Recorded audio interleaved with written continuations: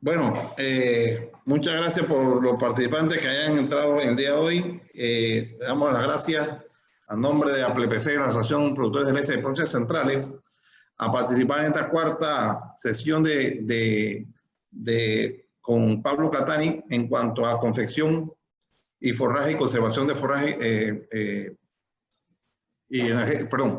conservación y forrajes proteicos y energéticos con Pablo Catani. Nosotros, primero que nada, queremos agradecer a los patrocinadores, el Banco Nacional de Panamá, el ISA, Carnes de Coclé y Anagán, por haber confiado en este proyecto de capacitación con Pablo Catani en estas 4 sesiones. El día de hoy prácticamente vamos a estar haciendo ideas de las 3 cursos iniciales y preguntas que ustedes puedan hacerse para el expositor en cuanto a alguna duda que tengan. Sí es importante mencionar que queremos exhortarlos a todos ustedes que participen en la asociatividad, ya sea en Anagán, APLPC, APROGALPA, hay diferentes asociaciones en el país, y que se agremien, ya que esto ayudaría mucho al bienestar colectivo de los ganaderos. Sin más preámbulo, le paso la palabra a mi compañero Miguel Villarreal, que le va a dar la mecánica, cómo lo vamos a interactuar con ustedes. Saludos. Sí, buenas tardes a todos. Yo quisiera igual darle las gracias a los patrocinadores y a nuestro conferencista Pablo por tomarse el tiempo y más que todo principalmente a todas las personas que se conectaron a las 3 conferencias. Fueron media largas, pero la verdad que hemos tomado parte y conozco varios participantes que han sacado provecho de varios datos que hemos aprendido durante estas 3 semanas, ¿no? Yo quisiera explicarles cómo va a ser la mecánica de esta conferencia o de esta sección, de este módulo. En el banner de abajo, donde tienen en el Zoom, tienen 3 cuadros, 3 o 4 cuadros. Uno de ellos dice levantar la mano. Cuando tocan ese, a nosotros nos va a aparecer una alerta y le vamos a dar la opción para que abran su micrófono y le pregunten a Pablo directamente y sea un conversatorio más directo, ¿no? Entonces, de esta manera, ya sería dar la palabra a Pablo, no sé, para darle un pantallazo de lo aprendido y iniciar con las preguntas. De igual manera, tenemos una serie de preguntas ya que nos llegaron por correo que las estaremos respondiendo. Pablo. Ok. Gracias, Eric, gracias, Miguel, a Chabel y a toda la gente de APLPC, a los auspiciantes que hicieron posible este encuentro y a todos los que se sumaron a las reuniones anteriores y a estas, que no han sido pocos. Como para dar inicio a todo esto y recordar un poco qué era lo que habíamos hablado, hace ya, parece mentira, casi un mes atrás, hace 3, 4 semanas atrás, lo primero que pudimos compartir con todos ustedes fue principalmente los conceptos básicos de nutrición de un rumiante, por qué es importante tener fibra, que habíamos hablado que el animal tiene que rumiar para poder tragar saliva y para poder equilibrar su pH en el rumen, que por otra parte esa fibra tenía que permitirle un muy buen consumo y eso se medía a través de la FDN, que además esa fibra tiene que tener muy buena digestibilidad, o sea que tiene que tener una tasa de pasaje a nivel de rumen y entrega de energía que sea realmente buena, y eso se medía en los análisis a través de la FDA. Después, en el segundo módulo hablamos de cómo producir forraje proteico. Habíamos hablado de cortar los forrajes no contando los días, sino viendo el estadio fenológico, y habíamos hablado de trabajar en prefloración. Y qué era lo mejor para lograr forraje a través de pasto bien digestible y con alto contenido de proteína.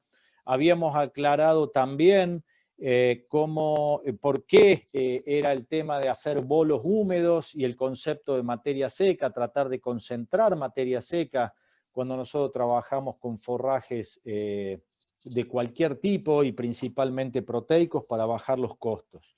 La semana pasada trabajamos sobre forrajes energéticos y hablábamos principalmente de maíz, habíamos analizado alguna posibilidad de hacer una siembra de sorgo y cuando nosotros hablábamos de forrajes energéticos, yo les contaba que una de las alternativas era poder trabajar, por un lado, con silaje de maíz de planta entera, y por otro lado, trabajar cuando no teníamos maquinaria con sistemas de partición de grano, poder trabajar también con silaje de mazorca o de grano húmedo.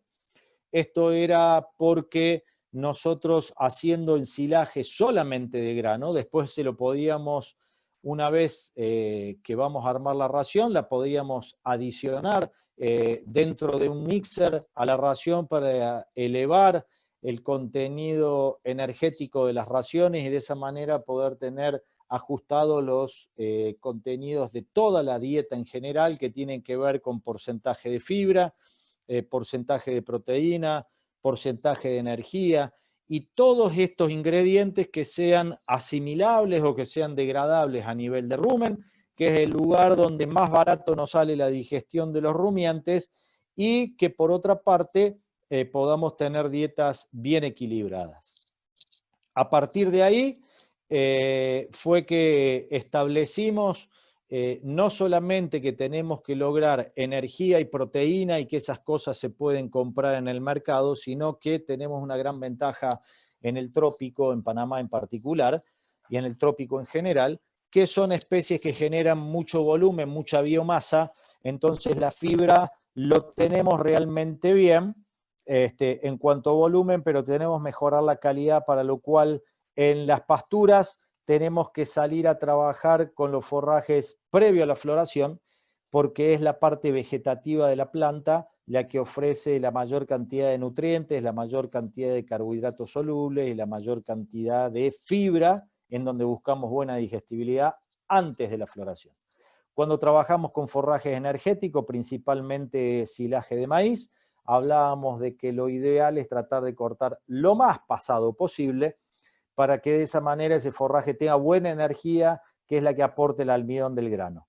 Básicamente, y como veníamos hablando, era cambiar un poco la seña, en donde muchas veces nosotros nos enamoramos del volumen del forraje, y es por eso que las pasturas las estamos cosechando tarde, creyendo que bajamos costos, porque tenemos muy buen volumen de forraje, y contrariamente en el maíz, donde tenemos que cortar lo más pasado posible para tener mucho almidón, estamos cortando el maíz bastante temprano con grano lechoso ante la imposibilidad de partir el grano, teniendo en claro que eso es un problema de la maquinaria con la que contamos, y es por eso que yo le decía de picar más tarde con una máquina que tiene partidor de grano, y si la máquina con partidor de grano no la tenemos en el país, ver la posibilidad de hacer un forraje más digestible y concentrar energía en el grano y hacer un silo de grano húmedo.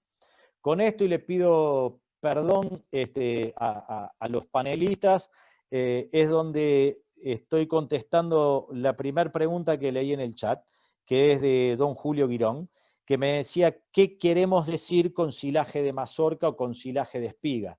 Es solamente ensilar el grano con la tusa y la chala y dejar la planta por aparte, en donde nosotros, o solamente el grano con 30% de humedad, en donde cosechamos el grano en ese punto y lo ponemos en una máquina que tiene un molino y ya queda embolsado para fermentar directamente con el grano partido, para arrancar de esa manera, de la mejor manera, con los silajes energéticos.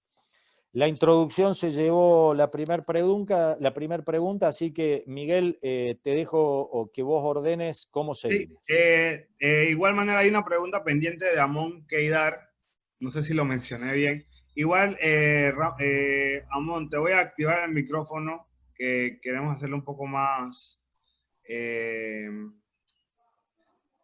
dinámico, pero antes de la primera palabra sí quisiera tomar unos minutitos, robar unos minutos para decirles a todos que las puertas de la asociación están abiertas. Ya hemos recibido 2 peticiones de productores de Santiago y de Ocú para acercarse a la asociación. Ese tipo de iniciativas las que necesitamos. Necesitamos gente que nos apoya a nosotros a echar el barco hacia adelante, ¿no?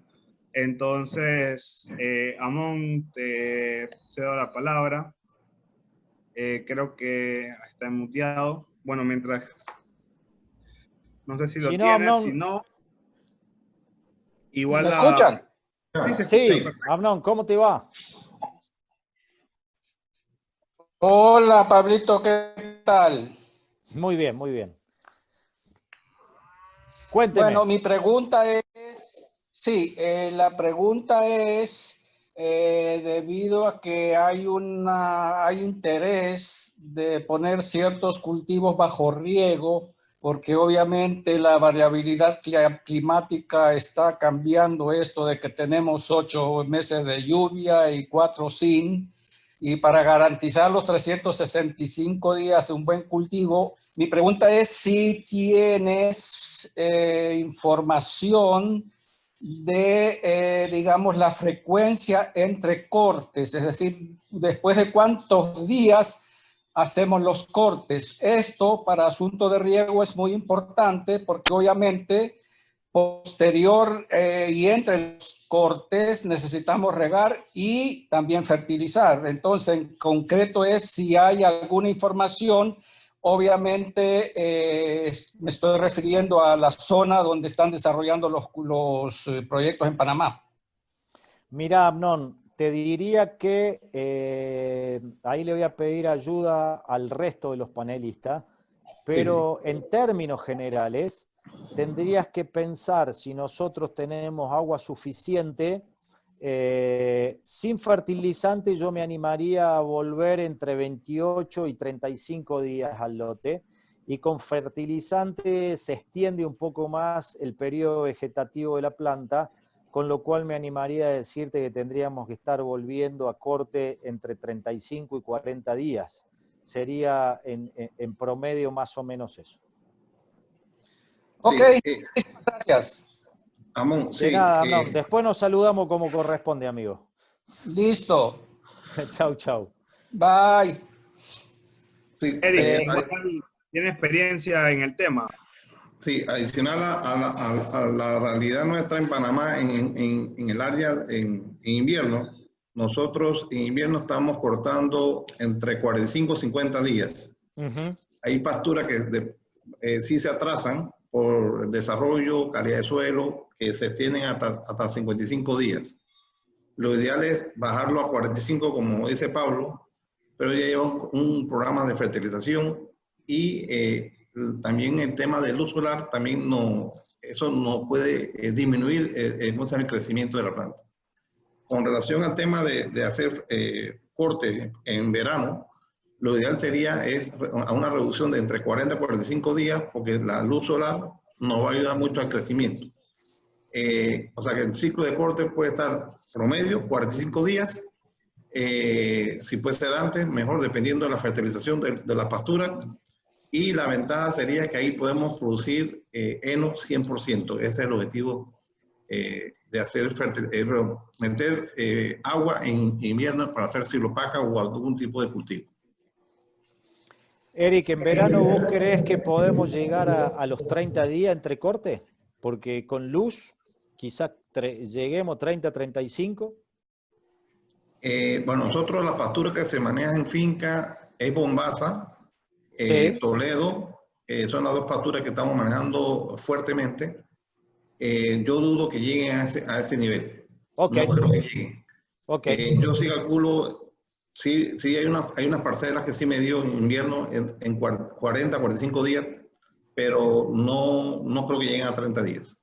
Okay. Pero siempre, perdón, pero siempre están midiendo el porcentaje de nutrición, fibra, etcétera, porque como oía antes a Pablo, no es solo de ver bonito el cultivo o ver prefloración o después de la floración. ¿Están haciendo análisis o simplemente es la experiencia y digamos la observación visual al visitar el proyecto, el cultivo?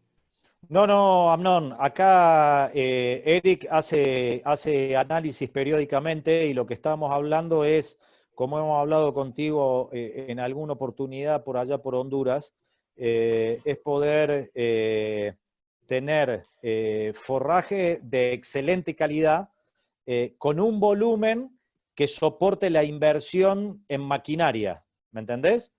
Entonces, de esa manera es tener una muy buena calidad y una cantidad que soporte el corte y la confección, ya sea de fardos o que sea de bolo.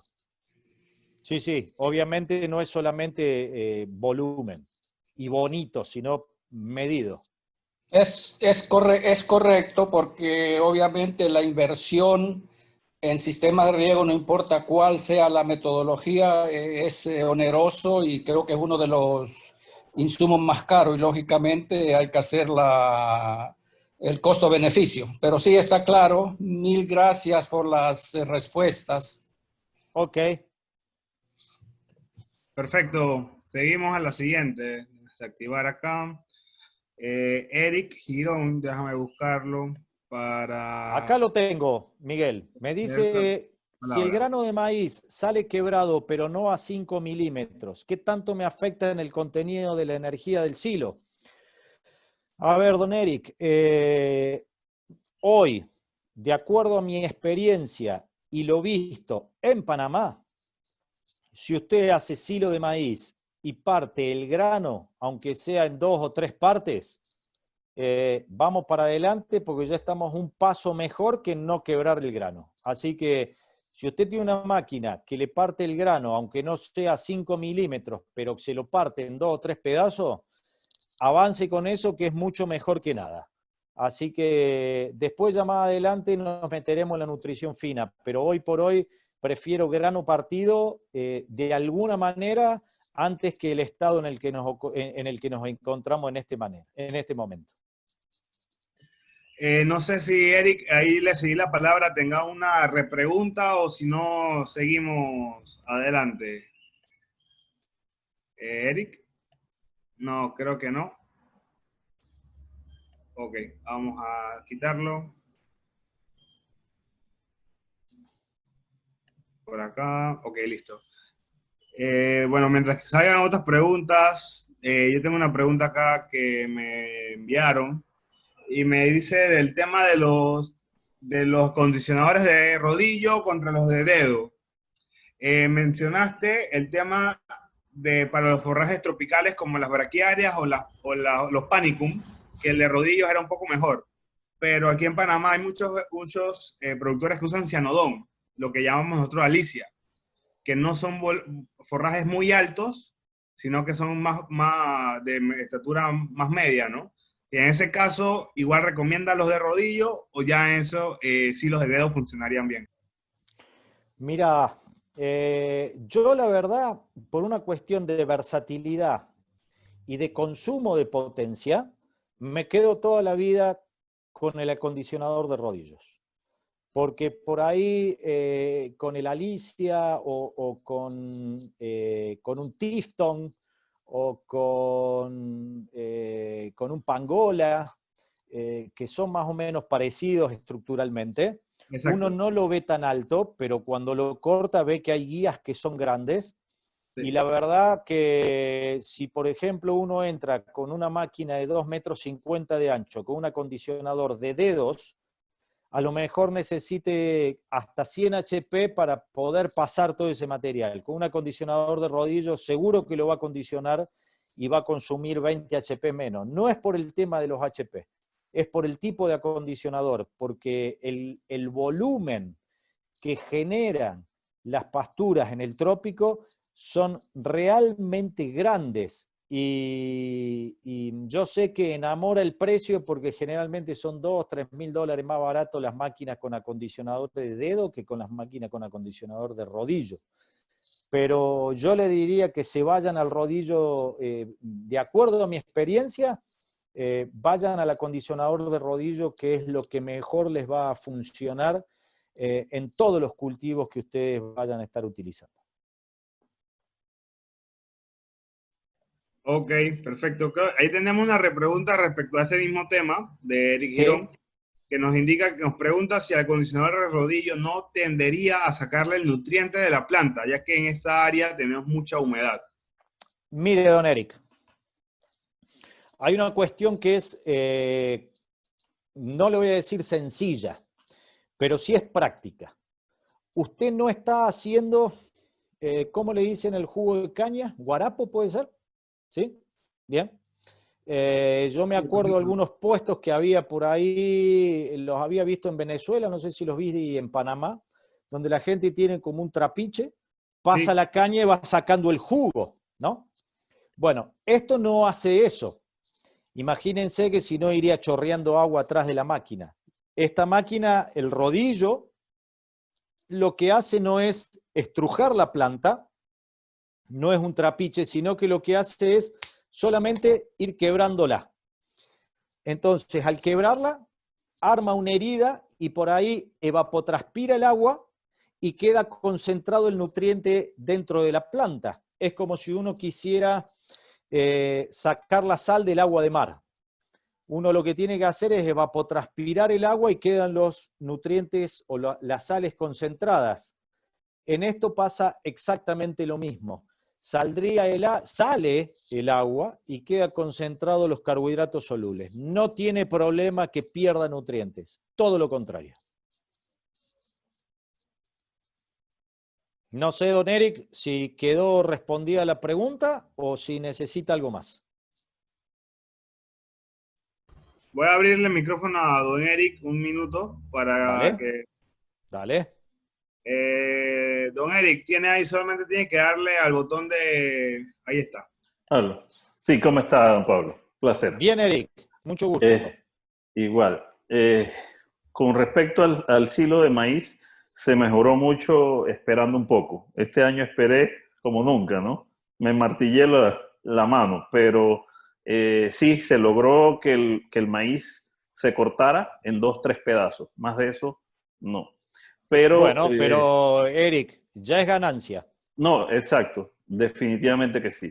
¿Usted esperó por lo que hablamos en el Congreso en abril pasado? Correcto. Bien, salve el y por viaje. Mi hermano Me acaba de Julio, dar una alegría. Sí, mi hermano Julio siempre tiende a que se demorara un poquito más en esperar para el corte. Pero me preocupa un poco porque Veraguas es muy húmedo. O sea, ahorita los cortes, hay mucha gente que quiere aprovechar el invierno, en invierno para hacer cortes, ya sea de Alicia, Suazi, Mombasa o cualquier tipo de... me preocupa es que al tener tanta humedad, aquí casi todos los días llueve, y el proceso que uno vaya a tener para el corte y la adecuación, o sea, debe ser lo más rápido posible. Cosa que tú cortes y en 2 horas, máximo 3, estés recogiendo. Si no, se te moja y ya vimos que pierdes nutrientes. Básicamente es la seguridad que no he escuchado de quien tenga acondicionador de rodillo. Todos los que tienen son de dedo. Y los distribuidores recomiendan de dedo. Es lo único que he observado con la gente de Escazán, que a mi concepto son uno de los mejorcitos que hay en cortadores de silo de maíz. No sé en el otro proceso. Ok, ahí estamos mezclando un poco la cosa. Porque usted me habla por un lado del silo y por el otro lado me habla del acondicionador que tiene para hacer bolos. Para pasto. Sí, correcto. Ah, ok. Sí, ¿sabe lo que pasa, don Eric? ¿No? Para abaratar costos. Yo le voy a contar mi experiencia. En Europa, porque yo empecé a estudiar esto con algunos libros que venían de Europa y cuando uno anda medio perdido, esto lo clasificaban bastante bien. Entonces los europeos decían, mire, cuando uno trabaja con una gramínea, tiene que trabajar con un acondicionador de dedos. Y si trabaja con una leguminosa, trabaje con acondicionador de rodillos. Ahora, el problema es que los europeos no tenían ni idea que en el trópico teníamos semejante monstruo de planta. Cuando uno se pone a hablar con los europeos que fabrican máquinas, le dicen, mire, esto es lo que tenemos nosotros. Ah, no, yo eso no lo uso porque para mí eso es biomasa, porque es excesivamente grande. Y yo le explico que con eso nosotros producimos leche. Entonces, no hay fábrica de maquinaria agrícola en el mundo que se preocupe por los acondicionadores para el trópico. Okay. Entonces, yo me puse a probar acondicionadores en muchas condiciones. Los probé por Venezuela, los probé por Brasil, los probé por Paraguay, los probé por Bolivia. Y créame que una pastura que excede los 80 centímetros, 1 metro de alto, ya para un acondicionador de dedos es demasiado grande. Okay. Y además, no se olvide usted que el acondicionador de dedo lo único que va a hacer es sacarle la piel a la planta. El acondicionador de rodillo la aplasta en un punto para que por ahí se vaya el agua.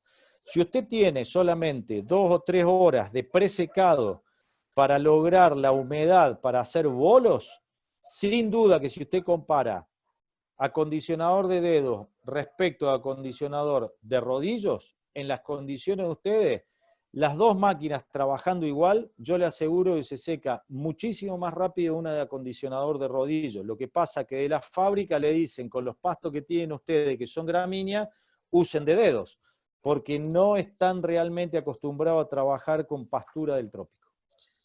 Sí, también se podría recoger se podría recoger eso que ya está cortado, deshidratado y pasarlo a un silopress, ¿no? Totalmente. Correcto. Sí, señor. Listo.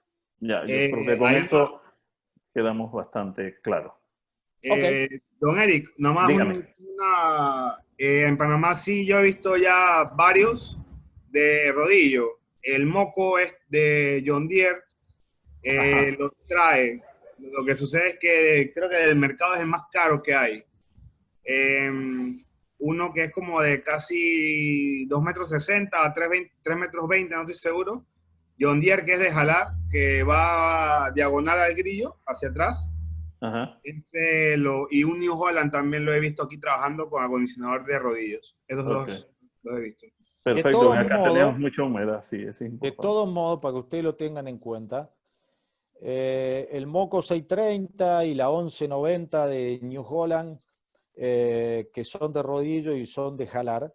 También hay máquinas, si usted se pone a ver, tanto Kuhn como John Deere, como New Holland, como Kron, tienen máquinas montadas que ya son más pequeñas, tienen 2 metros, 2,50 metros de ancho, y vienen con acondicionador de rodillo. Okay. Incluso máquinas italianas, Marangón y alguna otra marca de esas, van con acondicionador de rodillo sin problema. Correcto. Ok. Gracias. A lo mejor el precio en una máquina, no sé, le voy a decir, en $20,000, a lo mejor el precio son $3,000 más caro. Y uno dice, no, eso no es plata. Es más de la costoso. eficiencia. Pero cuando uno le pone el costo a los nutrientes que pierde, lo recupera en el primer año. Sí. Y ya en el corte de maíz, cuando tú escuchas el grano que te traquea, que te está quebrando, ahí es que tú escuchas el grano. Y eso es lo que, la energía que tiene. Te lo digo porque lo más tarde que he cortado es este año, yo tengo como 5 años de estar cortando. Está bien, ¿y con qué máquina corta, Eric? Con la de Escazán. Ok, ¿y esa tiene partidor de grano? No, no tiene partidor de grano, pero lo que sí es que tiene que estar siempre bien afilada y bien ajustada, y sí lo corta. ¿Y encuentra grano partido? Sí, sí, totalmente. Ok, si lo espero un poco más va a empezar a pasar grano entero, pero mientras que haya grano partido, a mí me llamó la atención la foto que me mandó Miguel de su silo, que había bastante grano partido, lo cual me dio una gran alegría y de decir, bueno, podemos, aunque sea este año, pensar en una semana, 10 días más, demorar el picado y de esa manera tener algunas megacalorías más y hacer dietas más baratas con vacas que producen más leche. Entonces ahí la rentabilidad nos va a empezar a crecer. Sí, se parten 2, 3 pedazos en el tiempo que demoré. Se demoraron más o menos 10, 15 días más tarde del corte. Qué bueno, qué bueno. Ahí sí, don Eric, una cosita nada más. Yo también hice lo que me comentó Pablo y también atrasé bastante el corte del maíz. Lo que sí vi mucha diferencia fue, aparte de la cuchilla afilada, que sí tengo que tenerla siempre, es el ajuste de la contracuchilla. Es donde vi mayor ganancia fue cuando ajusté la contracuchilla. Sí. La ajusté Okay. a 3 hojas de papel y con eso la ajusté y la verdad que ahí vi una diferencia muy grande. Que ahí fue donde le envié la foto a Pablo y me dijo que estaba bastante bien. Y si la podés ajustar a una hoja de papel, más todavía, y te digo más, vas a gastar menos cuchilla, vas a gastar menos contracuchilla y por sobre todas las cosas, vas a gastar mucho menos gasoil. Okay. En lo que más vas a ahorrar va a ser en combustible. ¿Y qué cortador estás usando? Un Nogueira. Nogueira. Que prácticamente Sí, son es lo iguales. mismo, sí, es la mismo fabricante. Ahí cambia la se pintura. unificaron. Miren, Sí, muchachos, esas máquinas salieron de unos planos que tenía Klaas y Mengele en la década del 60 en Europa. Pero son los mejorcitos que hay aquí. Sí, yo lo sé. Sí, sí. Yo lo sé, yo lo sé. En ese precio, en ese costo de maquinaria es lo mejorcito que van a tener. Totalmente de acuerdo. Sí. Correcto. Ok, ¿qué más? Básicamente tengo todas las respuestas ya de mis preguntas y de mis incógnitas. Bueno, la verdad Gracias. que una envidia para usted. Si yo tuviese todas mis preguntas respondidas, sería un tipo bastante más feliz. Sí, sí. Por ahora estoy bien. Ok, bien, sí. ok. Hasta Gracias. acá vamos bien, dijo el pollo y estaba en la puerta del horno, pero ahí vamos. Dele, listo. Gracias. Pues muchas gracias, don Eric. Gracias. Ok, acá tengo otra pregunta, Pablo, de Dale. uno de los muchachos que no está aquí, pero me lo está enviando por WhatsApp. Dale. Me indica que si él tiene un cortador sin acondicionador, de ningún tipo, simplemente ¿Sí? es cortador. ¿Sí? Y me pregunta que si cortando el pasto con esa segadora, después que tenga buen sol y buen clima, afecta mucho la calidad nutricional del pasto, tomando en cuenta el monitoreo de la humedad. Sí, sí afecta, porque el tema pasa por lo siguiente. A ver, les voy a compartir pantalla un momento, ¿puede ser? Dale, adelante. Déjame que busque los forrajes proteicos y voy a buscar el gráfico, si lo tengo por aquí. Acá lo tengo.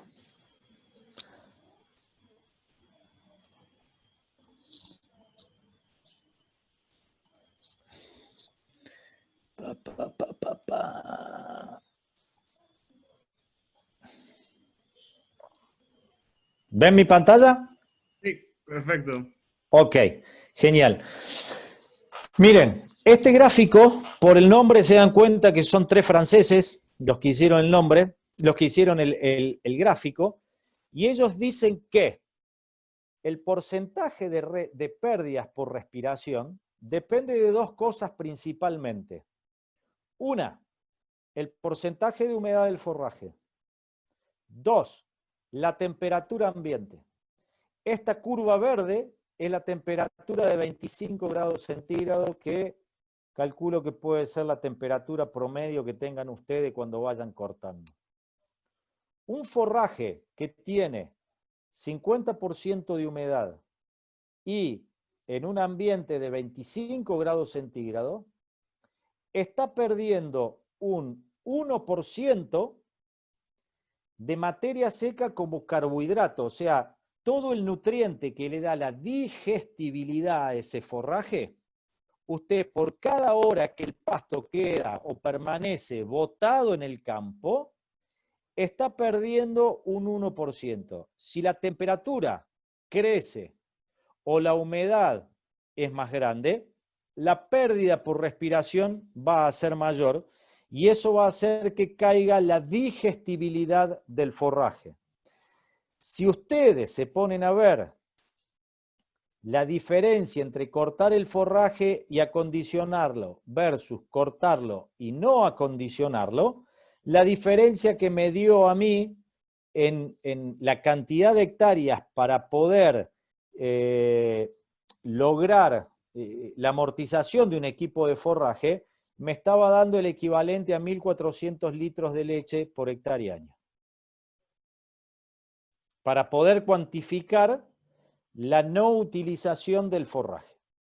Sumado a que, si ese forraje queda botado en el campo, lo que va a suceder es que mientras que se esté secando y usted no lo recoja, le va a caer un palo de agua y va a pasar el agua entre el tejido del forraje y se va a lavar.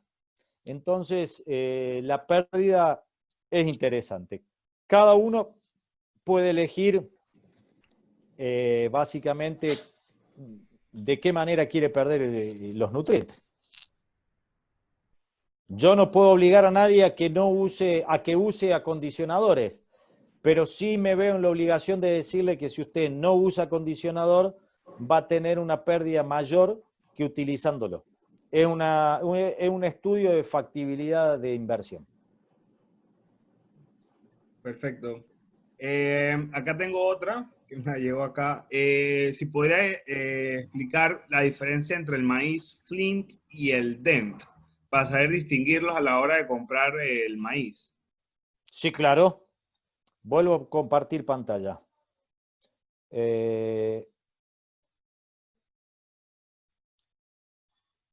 Básicamente el Flint es un colorado duro y el dentado es un maíz más alargado.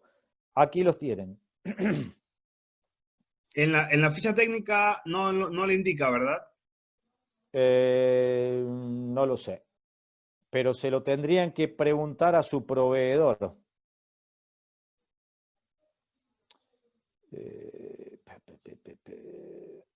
¿Por qué? Déjeme que vea.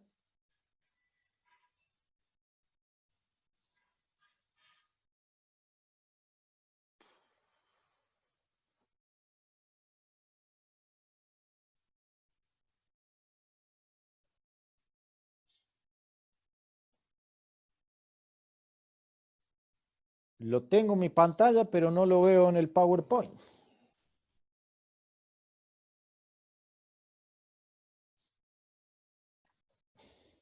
Bueno, tengo la foto acá.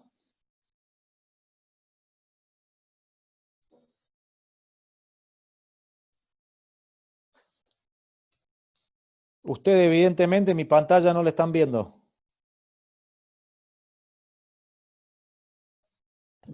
No, le puedes dar directamente a la imagen. Cuando le pones compartir pantalla, te indica las diferentes cuadros. Sí, claro, lo que pasa es que le pongo compartir pantalla y no lo estoy viendo. Ok. Pero no te hagas problema, ya lo vamos a encontrar. No sé por qué veo las otras. Forrajes proteicos y no veo el forraje energético.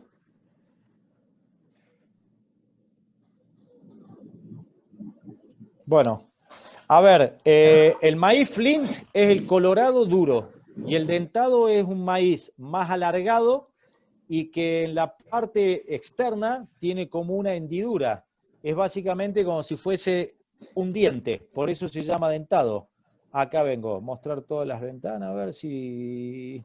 Acá está, por eso era. Ahora sí. ¿Ahora sí la ven? Sí. Ok.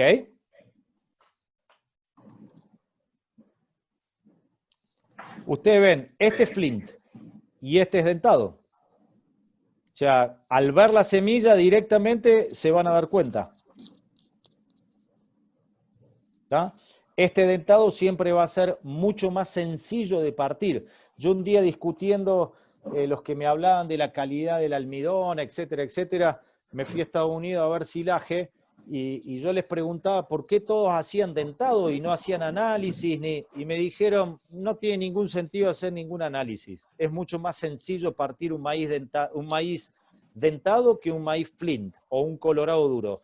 Y en definitiva, por más análisis que haga, si el grano no está partido, no me va a aportar energía en el rumen. Entonces lo que necesito yo es un maíz dentado para poder partirlo y que me aporte energía a nivel de rumen. Ese es el punto a tener en cuenta. Pablo. Señor. Preguntas así que me mandan por WhatsApp. Sí. Y también temas de acá en ApplePC, de la confección de la silopaca. Por temas de errores, falta de experiencia, pienso que se estaba haciendo una silopaca con una sola máquina, con un solo tractor. Por ejemplo, se mete el equipo, se hace la secadora acondicionadora. Primer error, cortamos hoy y embalamos el día siguiente. Sí. Segundo error, que cuando se embala la bola y ya está confeccionada la bola, se deja otro día para después plastificar. Prácticamente pasan como 22 horas, 20 horas. Y ahí es donde yo le estaba comentando a los compañeros que parte del error, ahí cuando ya tú haces la bola, la silopaca, y no la plastificas en menos de 3 horas, entonces viene el proceso de fermentación y empieza a calentarse la bola. Eso me ha pasado a mí en la finca. Sí. Si yo dejo más de 3 horas, una vez confeccionada la silopaca, el enolaje, perdón, empieza el proceso de fermentación a calentarse, y si no la plastifico, entonces todos estos nutrientes se van perdiendo. Bien. ¿Podrías explicar un poco al respecto? Sí, claro, cómo no. El principal error viene principalmente de que nosotros en el trópico contamos tiempo y no observamos el proceso. Entonces, nosotros decimos, para darle instrucciones precisas a nuestro personal en finca, le decimos, mire, corte hoy, mañana embale y pasado mañana hace los bolos, ¿sí?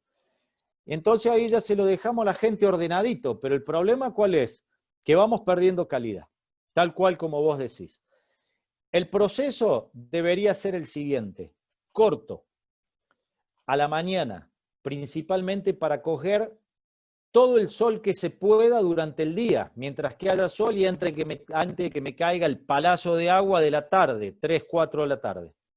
Y ahí tengo que ver, midiendo humedad, si llegué por lo menos al 40% de materia seca. Si llegué al 40% de materia seca y se me viene el palo de agua, lo que tengo que hacer es embalar inmediatamente. Hago el rollo, ¿sí? E inmediatamente después de hacer el rollo, si yo no lo plastifico, eso sigue respirando. Se calienta porque sigue respirando, Eric. Entonces yo lo que tengo que hacer es hacer el rollo e inmediatamente plastificar. Inmediatamente. Mientras que no esté lloviendo, plastifique. El problema de plastificar bajo agua es que la capacidad de tacking que tiene el plástico, ¿viste? Y cuando vos lo estirás se pone pegajoso, con el agua se pierde. Pero si yo puedo poner la plastificadora bajo un techo y le llevo el rollo y lo plastifico, va a ser siempre mejor que dejarlo hasta el otro día, porque esa temperatura me genera que mucho de la cadena de proteína que yo tenía se rompa y ese nitrógeno que era proteico pase a ser nitrógeno amoníaco, en donde la vaca de leche va a necesitar en su dieta más energía para poder desintoxicarse de ese amoníaco que le metimos nosotros al rumen.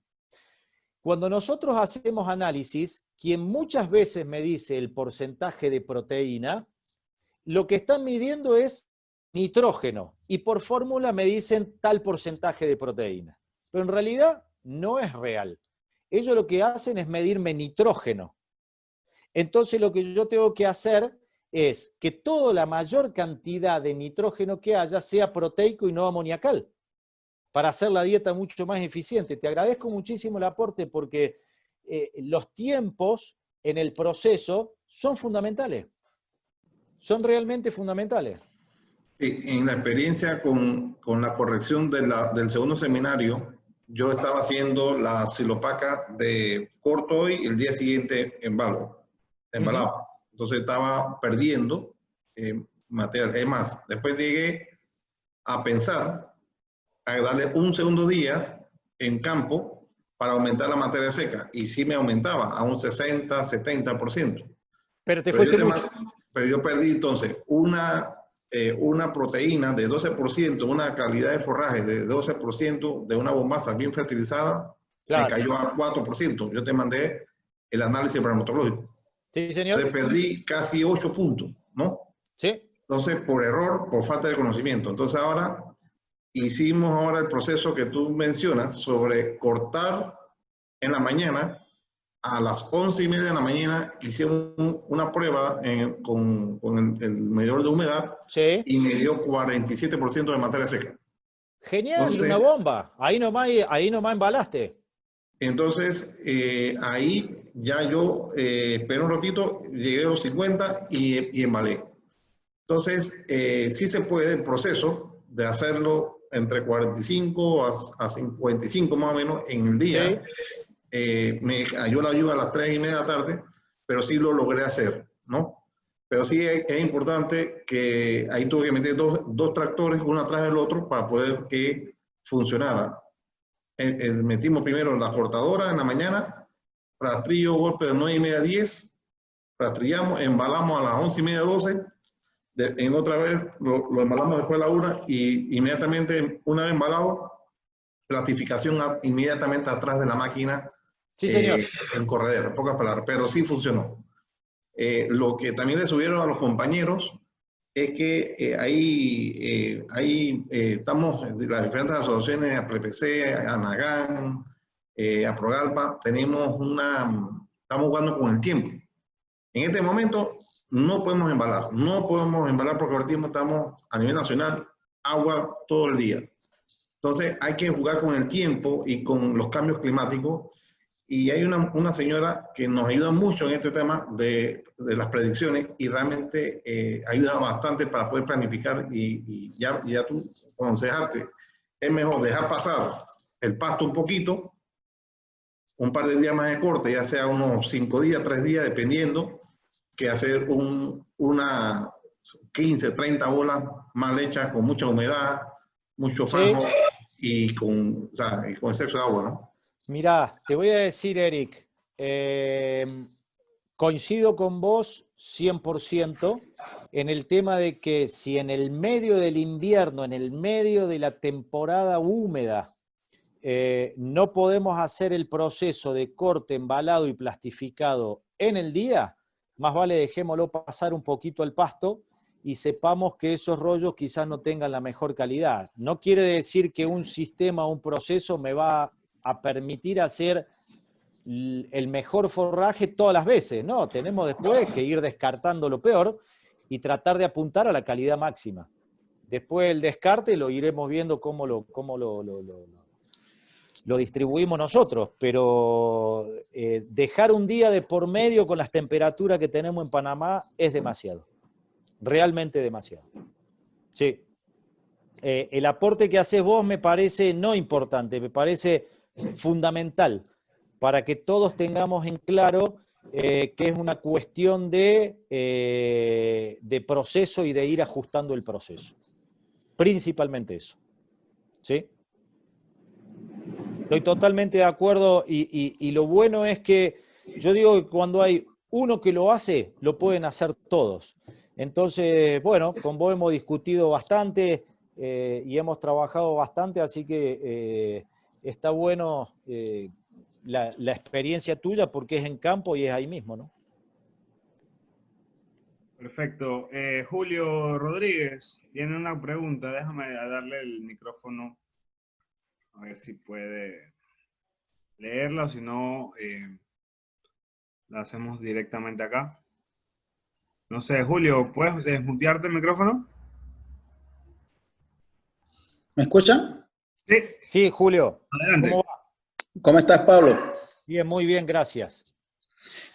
La pregunta era en relación al medidor de conductividad para la humedad. Sí. Noto de que varía mucho el promedio en la línea de corte, sobre todo cuando las líneas son muy voluminosas, y encuentro diferencias entre la capa superior del pasto, la parte media y la parte baja. Sí. ¿Qué sería lo recomendable? ¿Esperar que todas las capas lleguen al promedio o sacar un promedio de las 3 capas? No, sacar un promedio de las 3 capas, Julio. Yo lo que hago es agarrar el pasto de la hilera y lo voy retorciendo. Agarro todo el ancho de la hilera y lo voy retorciendo hasta que se hace como una soga que me simula la compactación del forraje. Y ahí es donde clavo el conductor y hago varias medidas para que me vaya tirando más o menos un promedio. En ese sentido, cuando es pasto húmedo, lo mejor es tirando un promedio. Okay. Porque con la humedad que tiene el sol, que tiene el suelo en invierno, y cuando sale el sol, la cantidad de radiación que tenemos, es lógico que en la parte superior esté seco y en la parte húmeda esté casi intacto de húmedo. Entonces, ahí vas a tener que hacer un promedio, Julio. No nos queda otra. Ok, hacer un manejo post-corte con un aireador, allí suben los costos, definitivamente, ¿no? Sí, suben los costos. Pero bueno, yo no le metería un aireador. Yo directamente trabajaría con promedio. Es más, hasta casi no trabajaría con rastrillos si no es necesario juntar hileras por volumen. Entonces ahí en el promedio se va a ir dando realmente el forraje. A ver, se va a ir dando la materia seca que necesita el forraje. Claro. La otra pregunta era en relación a la ensilada de maíz. No sé si ya, entré tarde, no sé si ya la habrán hecho. Teniendo pues en cuenta de que los equipos acá en Panamá no tenemos el procesador de grano, ¿cuál sería la mejor opción? ¿O hasta qué punto de materia seca tendríamos que dejar el maíz para que quizás no tengamos la mayor cantidad de pérdidas porque el proceso del grano no se dé? Mire, Julio, eso va a depender siempre del cultivo y de la máquina. Yo le diría que si usted no tiene partidor de grano de ningún tipo, tendría que tratar de trabajar lo más cerca de media línea de leche, tratando que todo el forraje no tenga menos de 30% de humedad. Y en media línea de leche va a andar más o menos por ahí, 30 y pico % de humedad. Sobre todo para que lo primero que hay que asegurar es que el silo no se pudra. Lo primero que hay que asegurar es que el silo no se pudra. Y eso usted lo va a lograr cuando tiene más o menos un tercio, un cuarto de la planta seca. ¿Ok? Y ahí tiene que ir a ver el grano. Si el grano no está tan maduro, lo va a poder partir un poquito. Ok. La opción de picado más fino. La opción de picado más fino no le da generalmente mayor procesado de grano y sí le da que se pierda más agua porque usted va a estar rompiendo mayor cantidad de pared celular. Picar más fino no es solución para partir más grano. Le va a dar un poquito más, pero probablemente si usted está en un clima húmedo, le va a terminar perdiendo agua al silo. Entonces yo le diría que de última, para corregir energía, hagamos la receta que yo les comenté la semana pasada. Piquen, traten de partir grano y si no pudieron partir grano, después dejen una parte de la parcela y hagan silo de grano húmedo y al momento de armar la dieta suplementan el silo de planta entera con el grano húmedo para aumentarle la energía. Okay. ¿Quedó más o menos claro? Sí, sí. Ok, Julio. Voy a cumplir Julio. con un amigo que es Fernando Pacac, que me manda un abrazo. Para los que no saben, en Argentina, ahí en el panel de preguntas, me dice abrazo, pollo desde Argentina. Fernando Pacac es el coordinador de la Cámara de Contratistas Forrajeros que se creó en Argentina y hoy por hoy abarca prácticamente todo Sudamérica y está con nosotros compartiendo este conversatorio. Don Eric tenía alguna otra pregunta por ahí también. Eric. Julio, una consulta. ¿Qué medidor de humedad tienes tú disponible en este momento? Es uno de marca Dramaski, que además de humedad también mide temperatura. Pero es para usarlo dentro de un cubo. No, directamente a la línea de, ya se puede, ya sea a la misma bola ya hecha o a la línea del pasto. Ya.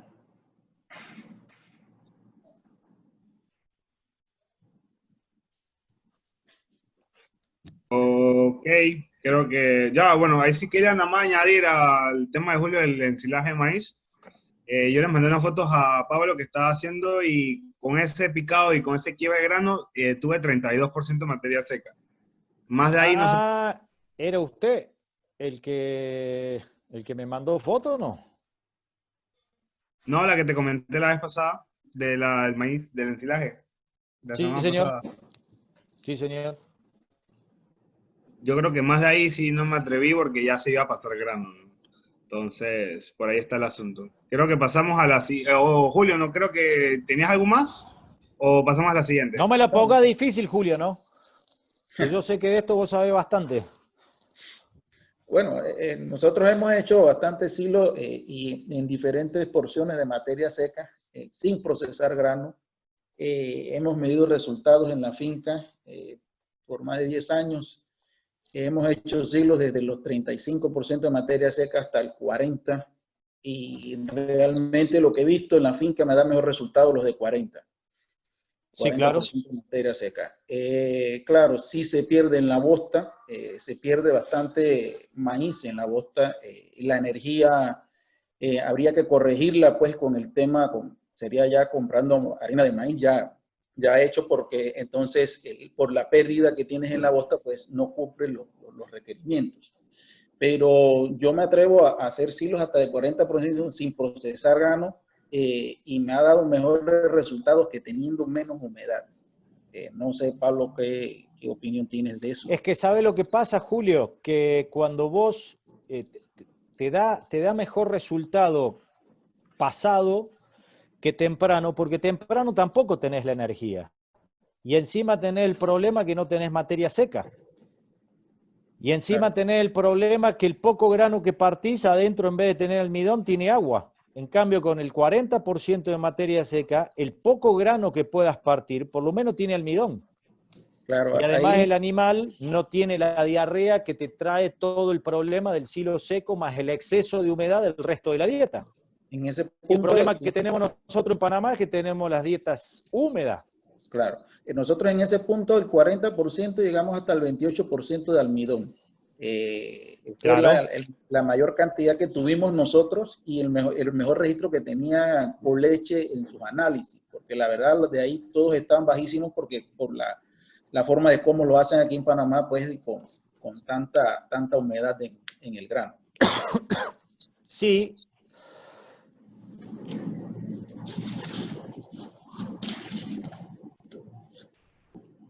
Perdón. Eso por un lado. Y por el otro, no te olvides, Julio, que cuando analizan la muestra, la muelen. Y cuando la muelen, es que te da mayor porcentaje de almidón. Porque en realidad están moliendo algo que en la dieta no está molido. ¿Me entendés? Claro. Sí, ya entiendo. Pablo, Señor. con relación a esta, así una pregunta, un silo ideal con la maquinaria apropiada que tiene cracker correcto, ¿cuánto porcentaje de materia seca puedes tener tú en un silo de maíz? Ya con el grano partido. Ok, yo he hecho el silo más seco que he hecho, lo he hecho con 52% de materia seca y grano partido. Lo utilicé para carne. Con los nutricionistas finos, y a lo mejor Julio me nos puede ayudar un poco de esto, ellos me dicen que no quieren exceder el 43-44% de materia seca. Algunos hablan de 38%, yo me iría a 43% de materia seca, porque la calidad de la fibra ya se empieza a deteriorar, ¿sí? Si bien hay mayor aporte de almidón y la digestibilidad total del silo sigue creciendo, como yo les mostré anteriormente, la semana pasada, la digestibilidad sigue creciendo, pero si hay un gran aporte de materia seca por parte del silo de maíz, en ese caso la digestibilidad de la fibra estaría bajando un poco. Entonces, lo que yo diría para leche, yo me voy hasta 40 sin ningún tipo de problema. Otra pregunta, Pablo. ¿Sabrás, por los nutricionistas, es un tema más nutricional, si haciendo Eric, sí. Solamente un minuto, déjame que te comparta un cuadro, ¿sí? Solamente un momento para poder ilustrar esto que estábamos hablando, que lo vimos la semana pasada. ¿Está? Este es... Perdón. Tengo como 40 pantallas abiertas. Si no me vuelvo loco hoy, no me vuelvo loco nunca más.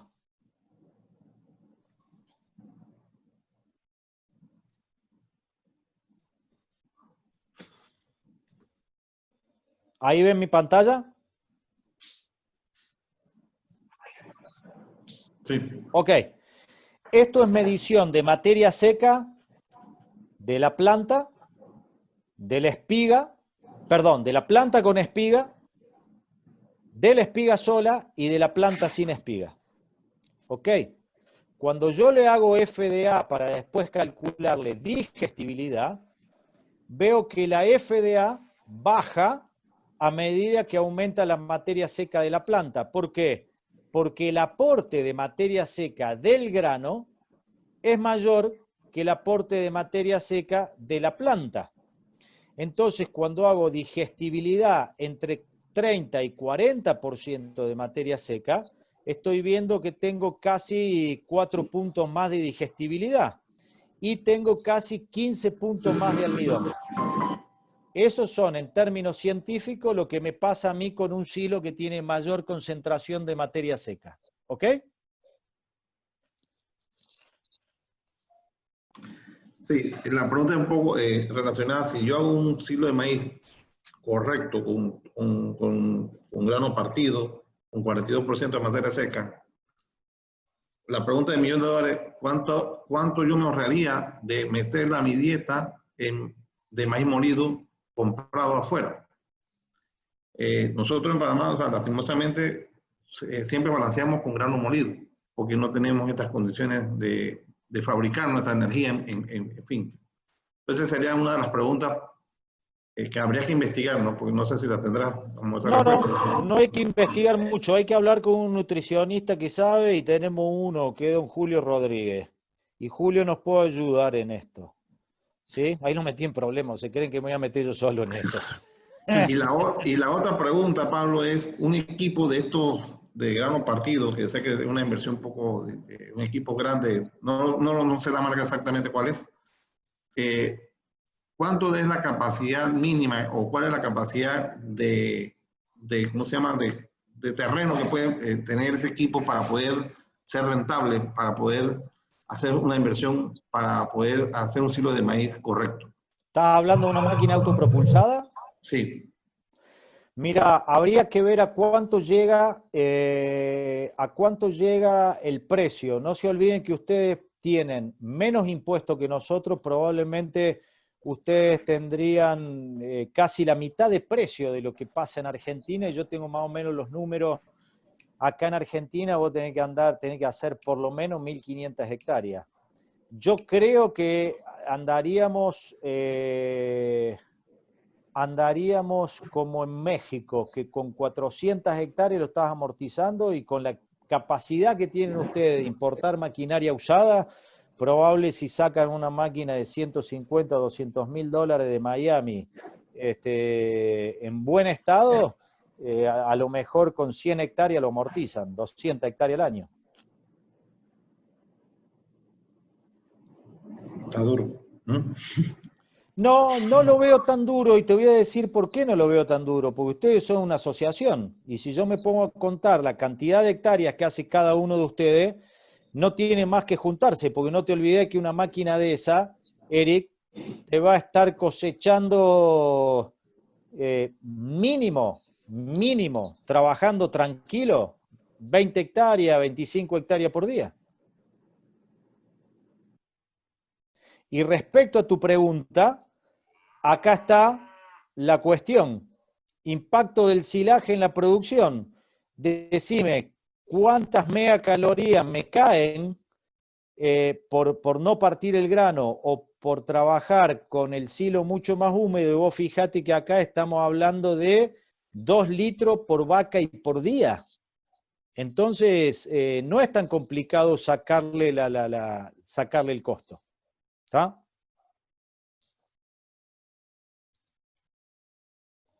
¿Quedó más o menos respondido, Eric? Sí. Ok. Don Eric Girón tenía una pregunta, si la querés leer vos, Miguel, o... Voy para allá. Julio, creo que cerramos con esto. Sí, sí, Gracias. a ustedes. Mira, acá me escribe Fernando Pacac por WhatsApp y me dice, las máquinas usadas que hay acá en Argentina se las pueden mandar sin ningún problema. Así que tienen oportunidades de negocio por los 4 costados.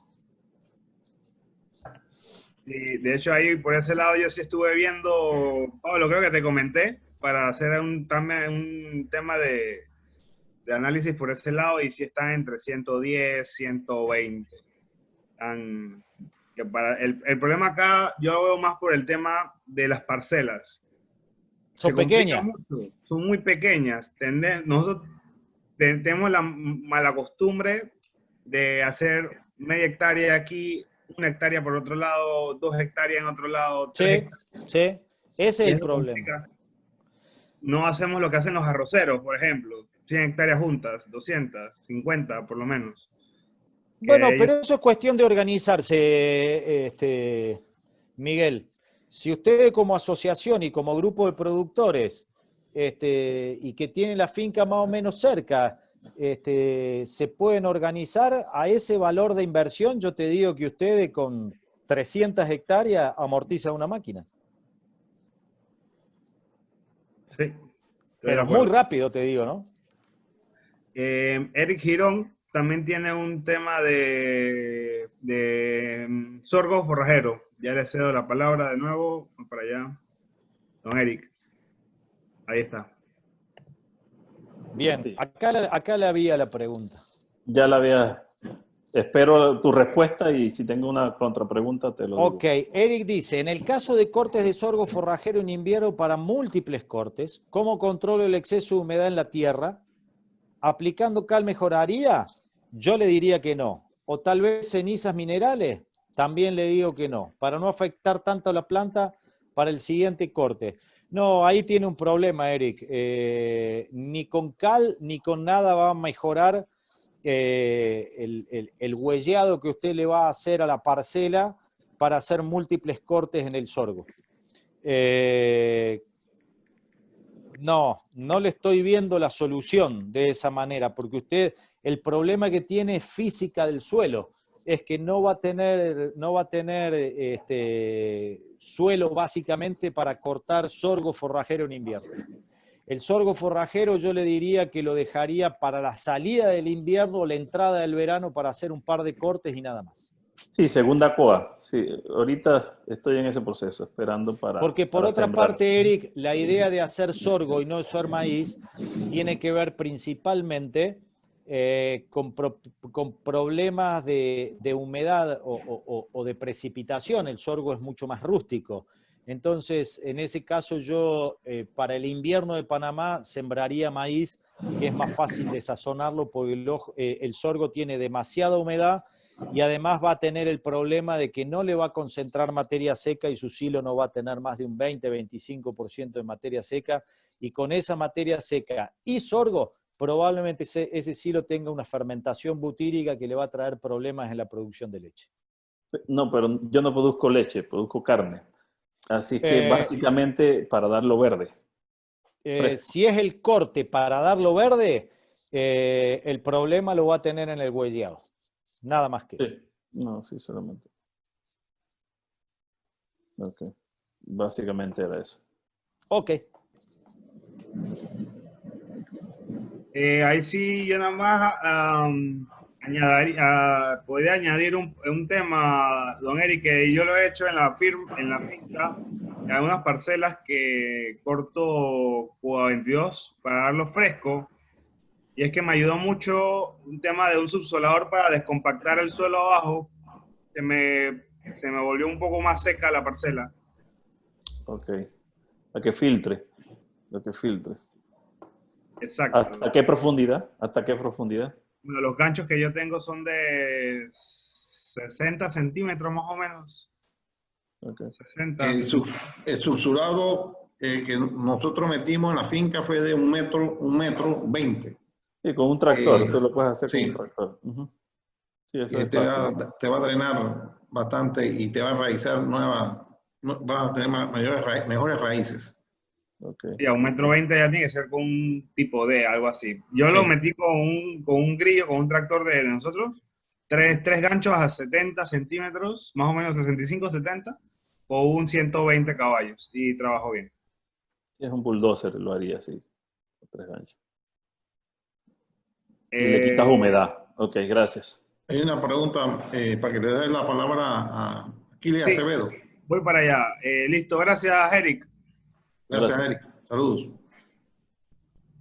Aquiles, te cedo la palabra. Aquí está. Puedes darle el mute al micrófono para que comente. Buenas, ¿me escuchan? Sí, señor. Buenas noches. Es solamente como recomendación para nosotros los productores. ¿Qué es mejor para los panicum? ¿En silo o en enolaje? Son la misma cosa, don Aquiles. Es la misma cosa, porque el enolaje termina siendo un silo. Entonces, si usted va a hacer un panicum ensilado, necesita un preoreo, porque si no la fermentación no le va a dar bien. Necesita cortar, preorear y ensilar. Si usted lo quiere hacer previo a la floración. Entonces, sería la misma cosa, porque usted va a necesitar cortar en los dos procesos. Cuando usted va a hacer enolaje, necesita embalar y después plastificar, y cuando hace silaje necesita picar y compactar o embolsar.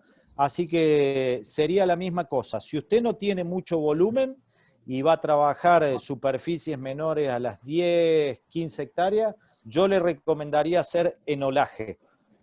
Si no, ya se puede ir a hacer un silaje picado y compactado de la manera que usted quiera. Muchas gracias. De nada.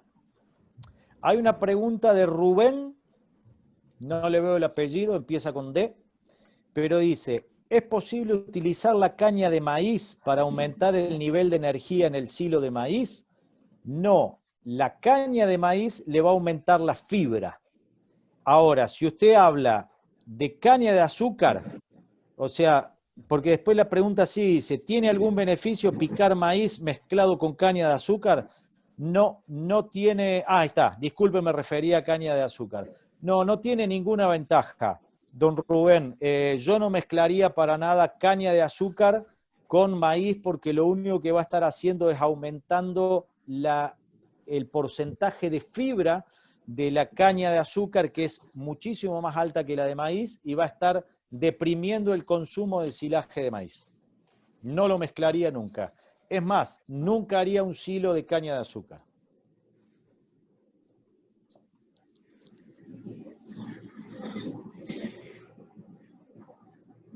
¿Tenemos algo más? Creo que no. Sí, tengo una pregunta adicional de Beli Jaramillo que me la envió por WhatsApp.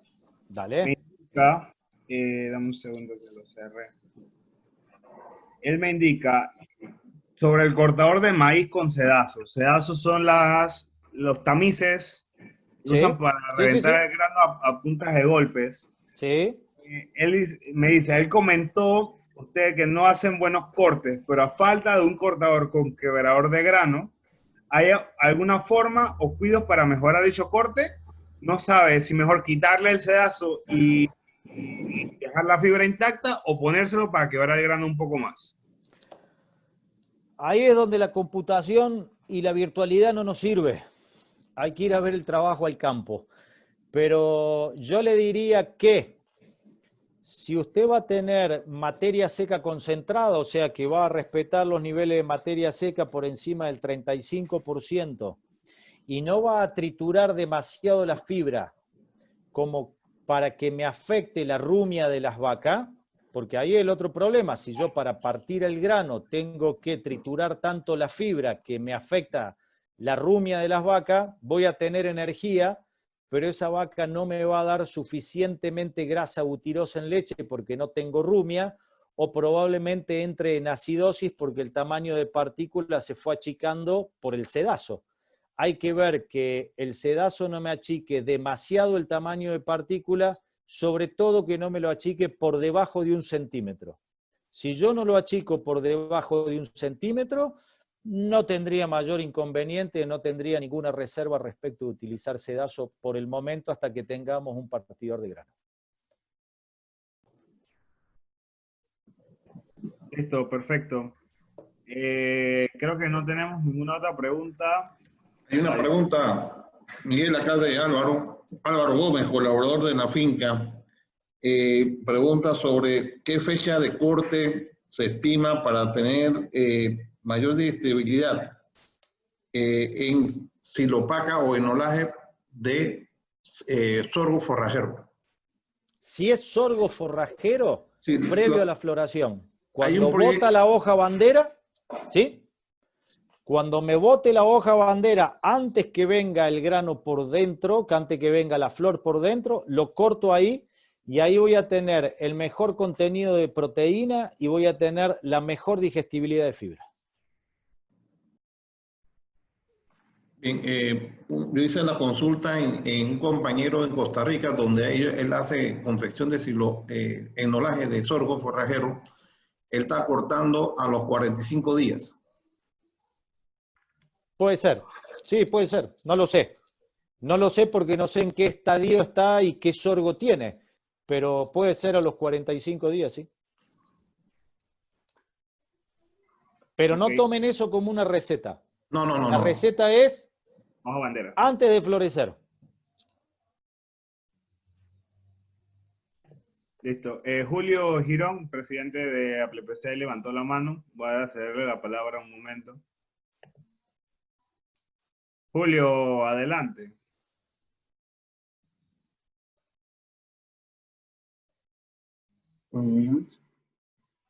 Y buenas tardes.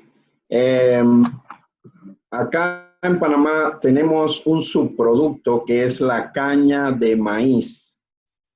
Las personas que siembran cosechan la mazorca y venden la caña. ¿De qué forma podríamos sacarle un provecho a ese subproducto para hacer silo o algo así?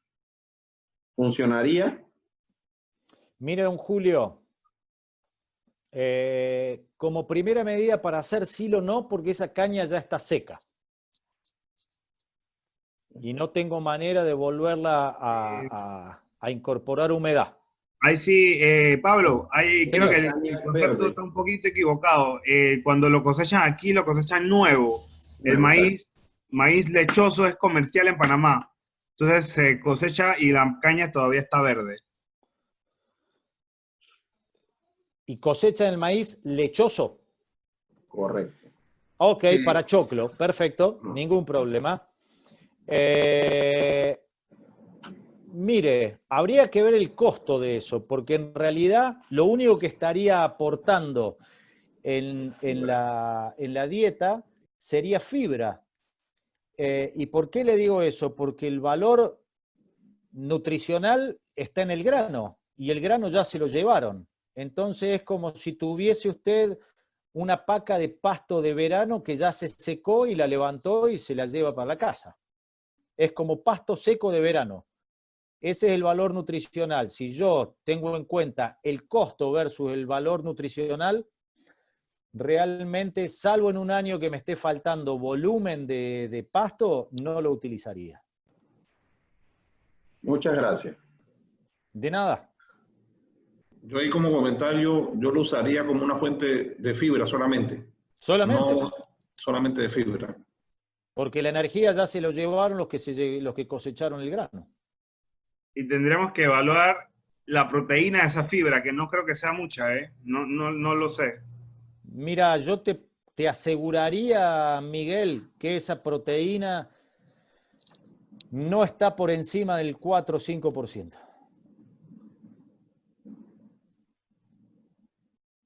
Ok. Creo que... Ok. Michael Pascual nos pregunta. Déjame darle la palabra para una repregunta de una vez. Aquí está. Nos pregunta, quisiera saber para equipos para fincas chicas de 10 hectáreas, ¿usted recomienda para que sea aplicable y factible esta tecnología que usted trae a este seminario? Si se está refiriendo, don Michael, a tecnología para hacer silaje, no me queda otra que una máquina montada sobre un tractor, una máquina pequeña, salvo que ustedes se asocien o contraten un servicio de una máquina más grande, porque si no, la relación costo-beneficio no le va a dar para la amortización. Ese es el problema que va a tener. A no ser que usted pueda aguantar financieramente un equipo más costoso. Pero para 10 hectáreas, yo o me asocio con un vecino o compro una máquina pequeña. No me queda otra. Creo que ahí está la clave, Pablo. Ahí la dijiste, ¿no? Totalmente. Asociarlo. Totalmente. El asociativismo es fundamental. Y si se lo tengo que decir, el gran impacto que hicimos esta mañana, me hicieron una nota, una entrevista para el diario La Nación, que es un periódico importante aquí en Argentina. En realidad lo que estaban haciendo era un podcast y me contaban cómo había evolucionado el silo de maíz en la Argentina desde la década del 90 hasta hoy. Y en realidad evolucionó porque los ganaderos y principalmente los lecheros se asociaron. Y a partir de ahí se juntaban de a 100 productores, compraban una máquina y hacían el silo para los 100.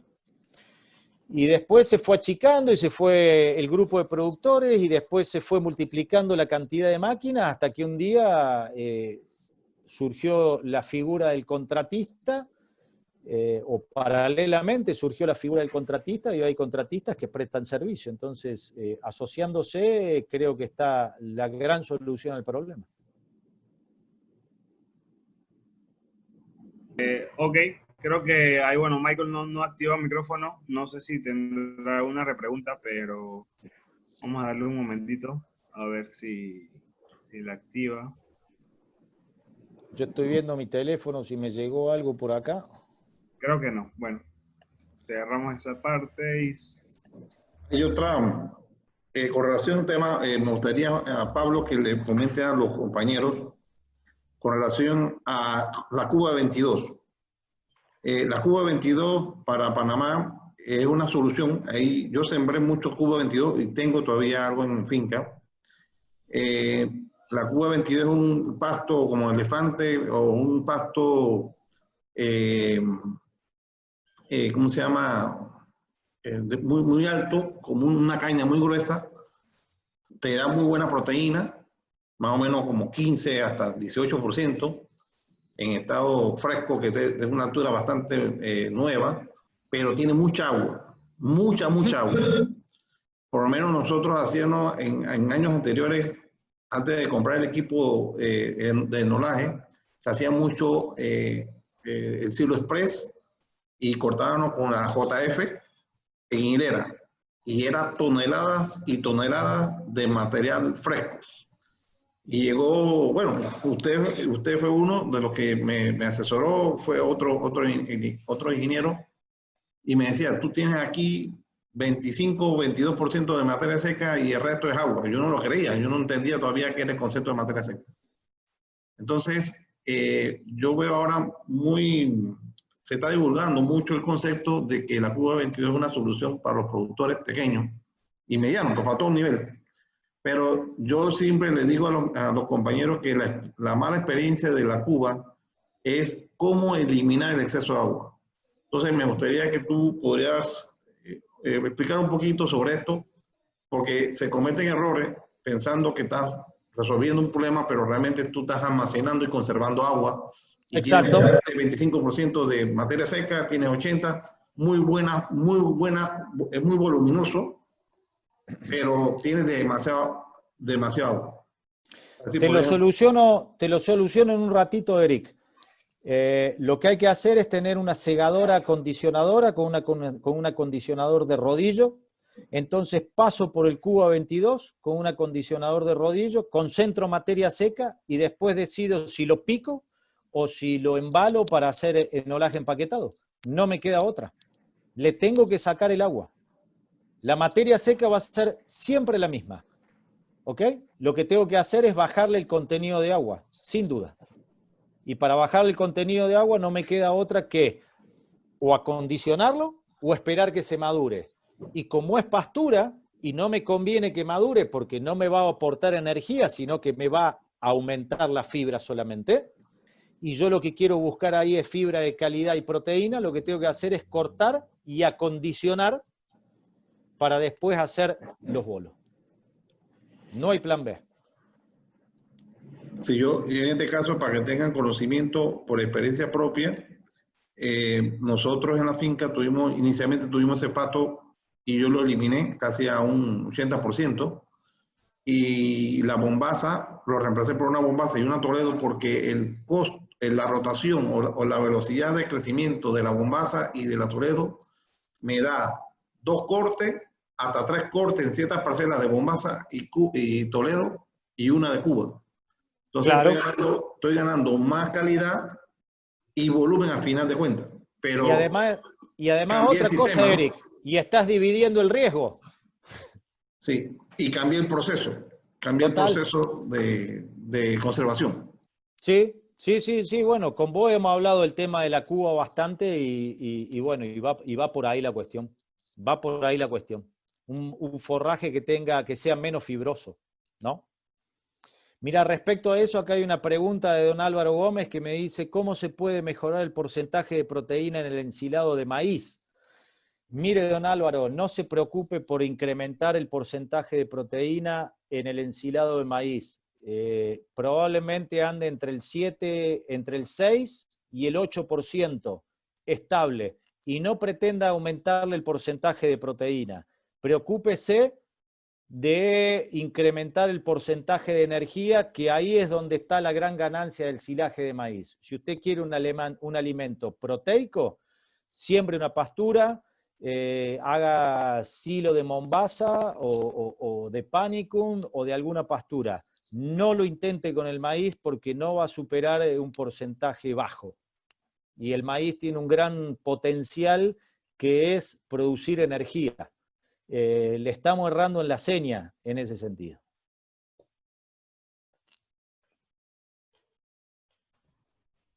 Ahí hay un comentario, bueno, ya sería de Eladio. Sí. Nos dice que el problema de la cuña, supongo que es la Cuba 22, es que sí, señor, de riego para que no llegue estrés hídrico y aún así tenga 4 cortes al año. Bueno, lo que pasa es que yo puedo tener 4 cortes al año sin riego, con otra pastura, y quizás sacando la misma cantidad que de Cuba 22. Y por ahí la pregunta o la objeción es, pero nosotros usamos Cuba 22. Ok, pero si quiere hacer otra cosa, utilice otra pastura. No tengo nada contra el Cuba 22, pero mi experiencia me indica que hay otras pasturas que tienden a ser más funcionales a lo que nosotros queremos lograr en Panamá. Sí, ahí sí también, Pablo, te cuento un poquito de... Yo también tuve experiencia con Cuba 22, dejé de hacerla por el costo. Yo sí la ensilaba directo, ensilé directo, y tengo bromatológicos de 21, de 20, hasta de 19% de materia seca, con un chorro de inoculante para que no se me pudriera. Lo que sí tiene, que sí tengo que darle mérito, es la fibra. Aquí estoy viendo uno y la FDA andaba en 33 y el FEN en 50. Muy bueno, buenísimo. Proteína en 10. Claro, súper bueno, pero porque lo cortaste temprano. El problema es la materia seca, por eso yo le decía a Eric o a don Eladio y es cortemos y acondicionemos, concentremos materia seca. Ese es el gran problema. Porque por más que vos le metas un chorro inoculante y que el silo te salga bueno, mucho de eso lo estás perdiendo por efluente. La mayor cantidad de nutrientes la estás perdiendo por efluente. Y después tenés que secar la dieta porque de todos modos, si no tenés una materia seca del 50%, las vacas de leche no te van a funcionar demasiado bien. Exacto. Bueno, creo que estamos terminando. ¿Ok? Bueno, yo quisiera igual darle las gracias a Pablo y a todos los participantes de esta y las otras 4 conferencias, otras 3 conferencias, 3 módulos, y el módulo este módulo de respuestas. Espero que todas sus consultas hayan sido atendidas. Igual, Pablo sigue con comunicación con nosotros permanente. Si hay alguna dudilla por ahí, algún motivo de tiempo, de algún percance en finca, sabemos que esos son recurrentes. Los invito a que nos lo envíen por correo y le haremos llegar las respuestas. Ahí ando molestando a Pablo a cada rato con algún tema de la finca, así que ahí estamos en comunicación. De verdad que de parte de la Asociación de Productores de Leche de Provincias Centrales, APLEPC, estamos muy agradecidos contigo, Pablo, por el tiempo que nos ha dedicado los 4 módulos. La verdad es que mucho conocimiento, muchos datos, muchos tips que nosotros a veces pensamos que no le damos importancia, pero cuando hacemos los cambios, vemos un gran diferencial con cosas que al final no nos cuestan dinero. Como tú nos dices, son procesos que hay que ir afinando, ¿no? Entonces, quisiera dar las gracias también a los patrocinadores. Una última vez, a Banco Nacional de Panamá, a LISA, Instituto de Seguros Agropecuarios, Carnes de Coclé, y a Nagan, que fueron los patrocinadores de estos 4 módulos de la serie de capacitaciones, que sé que sacamos provecho de ellos. Eric, no sé si tenías algunas últimas palabras. Sí, bueno, muchas gracias a todos los participantes en esta cuarta jornada de capacitación con Pablo Castani. Queremos informarles que vamos a seguir con estas capacitaciones en otros módulos. Tal vez con Pablo vamos a estar viendo otros temas de comederos y otras cosas más. Vamos a incursionar con otros cursos en calidad de leche. Tenemos otros cursos planificados pronto que se le van a estar anunciando a todos ustedes por las redes sociales de APLEPC. Sí queremos exhortarlos nuevamente a que sigan en esta línea de capacitaciones, ya que es la única vía en la cual cada uno pueda adquirir conocimiento y no cometer errores. En la ganadería se cometen demasiados errores y eso en este momento ya no debemos estar, en esta época del año no podemos estar agarrando chance, como se dice buen panameño, ¿no? Así que Pablo, te damos las gracias por haber participado con nosotros este mes, estar pendiente a todas nuestras necesidades, a todos los socios también que también han contribuido, se han metido aquí a escucharte. Así que tengan buenas tardes, saludos a todos.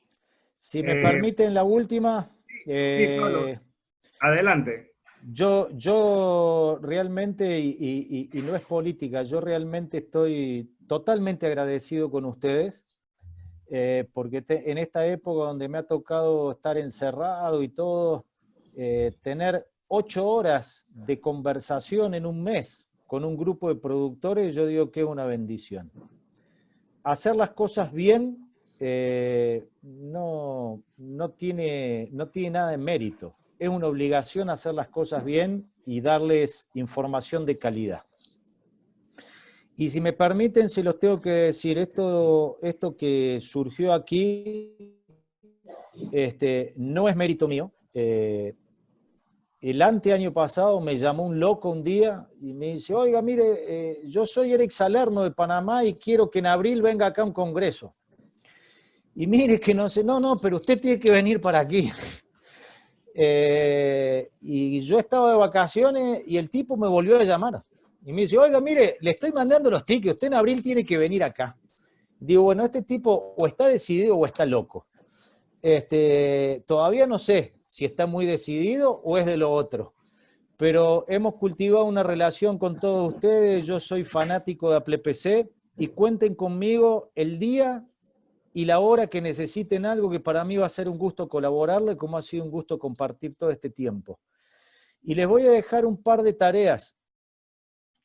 Dejen de pensar en kilos de comida y empiecen a pensar en cuánta materia seca tiene esa comida y qué nutriente tiene esa comida. Piénsenlo. Y dejen de pensar que solo uno puede salir del momento en el que están. La ganadería se construye entre ganaderos.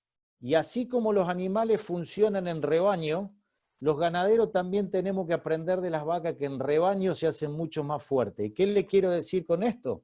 Si bien hay una vaca que siempre va primera y entra siempre primera a la sala de ordeña, siempre hay un productor que hace punta. Pero lo importante para la producción es que ustedes se puedan juntar y trabajar de manera asociativa cuando trabajando solo no les da resultado o les exceden los costos. ¿Ok?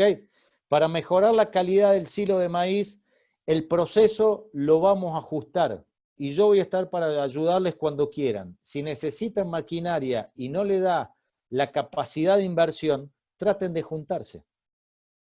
Y si tienen dudas de algo, pregunten. Hay un montón de gente que tiene información y está gustosa de brindarla. Yo soy uno de esos. Seguro que tiene que haber mucho más. Así que de nuevo, gracias y que tengan buena noche.